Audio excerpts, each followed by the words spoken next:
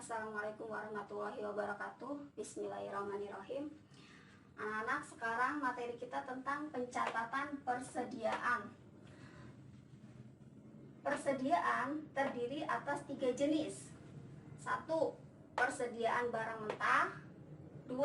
Persediaan barang dalam proses. 3. Persediaan barang jadi.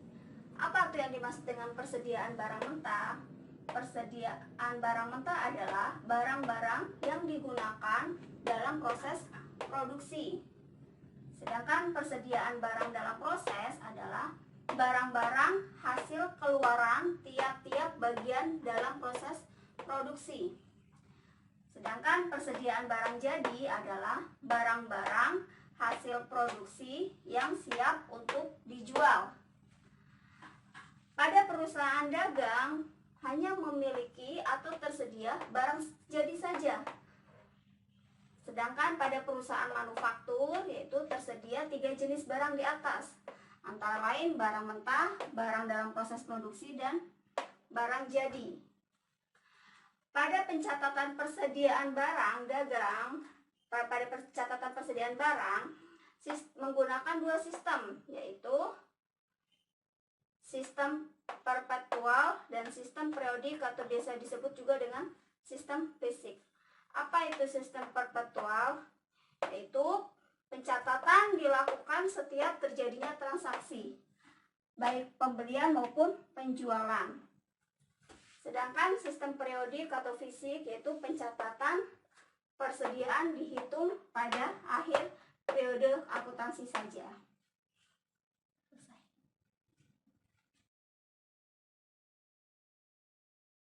Sekarang kita masuk tata cara pencatatan persediaan barang dagang.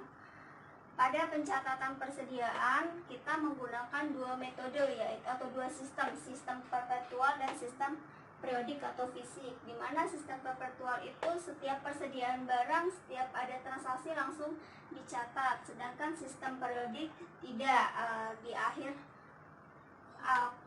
periode akuntansi aja ya. Pertama, contoh.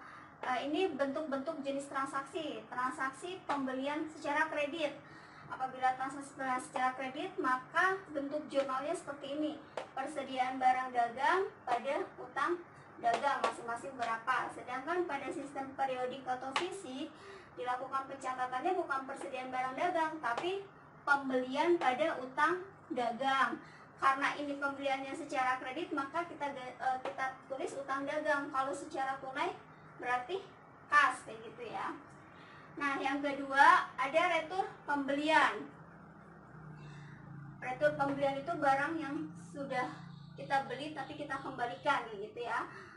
Utang dagang pada persediaan barang dagang. Jadi karena kita mengembalikan barang kepada si penjual, otomatis di kita persediaan barang dagangnya berkurang. Kalau persediaan barang dagang berkurang, maka diletakkan di kredit, yaitu retur pembelian pada sistem perpetual yaitu utang dagang pada persediaan barang dagang. Sedangkan pada sistem periodik utang dagang pada retur pembelian.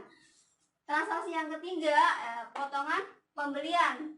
Potongan pembelian ini persediaan barang dagang pada utang dagang, sedangkan yang pada sistem periodik utang dagang pada kas dan potongan pembelian.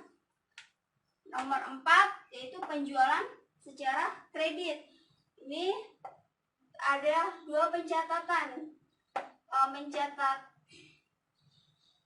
piutang dagang pada penjualan dan mencatat harga pokok penjualan pada persediaan barang dagang. Sedangkan sistem periodik secara fisik yaitu piutang dagang pada penjualan saja. Nomor 5, retur penjualan, yaitu barang yang sudah kita jual dikembalikan.